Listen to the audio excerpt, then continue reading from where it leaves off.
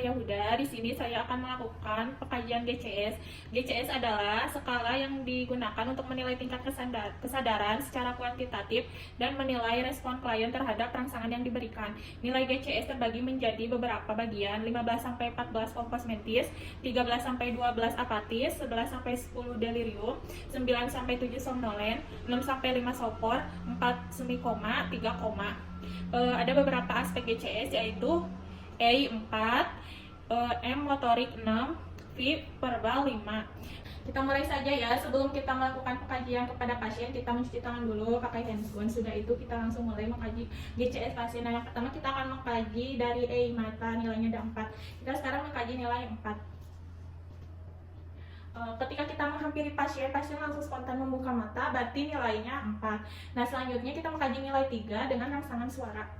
Ibu Liana, ketika kita merangsang dengan rangsangan suara, pasien berespon membuka mata langsung, berarti nilainya 3. Nah, sekarang kita mengkaji nilai 2 dengan menggunakan rangsangan nyeri. Bu Liana, Bu Liana, ketika kita menggunakan rangsangan nyeri, pasien langsung membuka mata berespon, yaitu berarti nilainya 2. Nah, yang sekarang kita nilai 1 jika pasien tidak berespon apa-apa.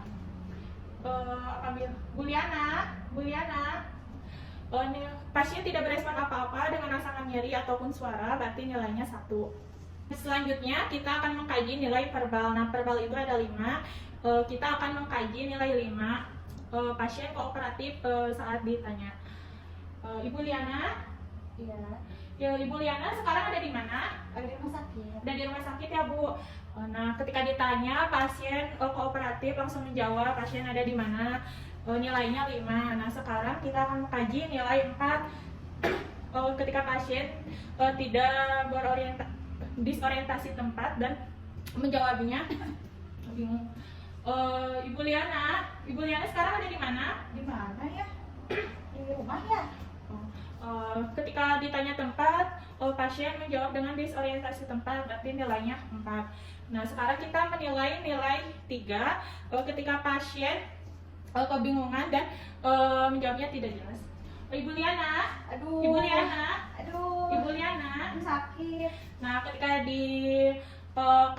ketika dirangsang, berarti si Ibu Liana menjawabnya tidak jelas dan pasien tampak kebingungan, nilainya 3. Nah, sekarang kita menilai nilai 2. Ibu Liana,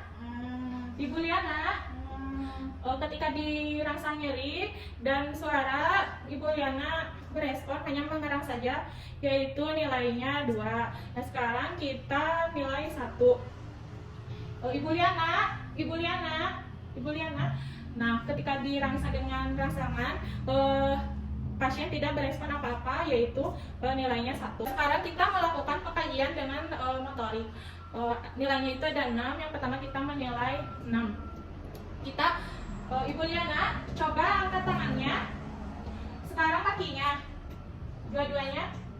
Pasien berespon dan bisa kooperatif ya saat diinstruksikan mengangkat tangan, berarti nilainya 6. Nah, sekarang kita menilai angka 5, yaitu pasien menjauhi rangsangan nyeri. Bu Liana,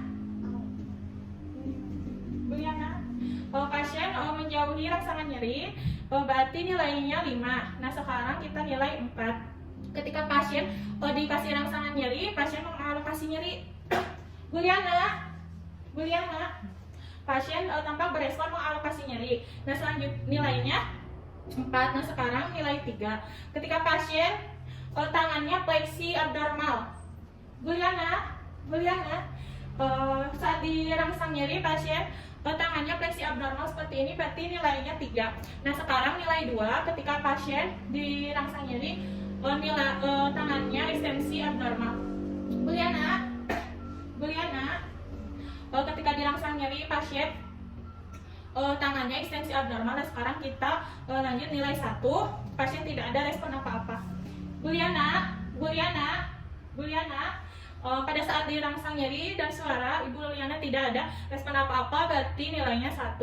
Nah, dari semua pengkajian GCS dari Mata verbal motorik, matanya 1, tidak ada respon apa-apa, verbalnya 1, tidak ada respon apa-apa, dan motoriknya 1, tidak ada respon apa-apa. Berarti keadaan pasien dalam keadaan koma. Sekian dari saya. Assalamualaikum warahmatullahi wabarakatuh.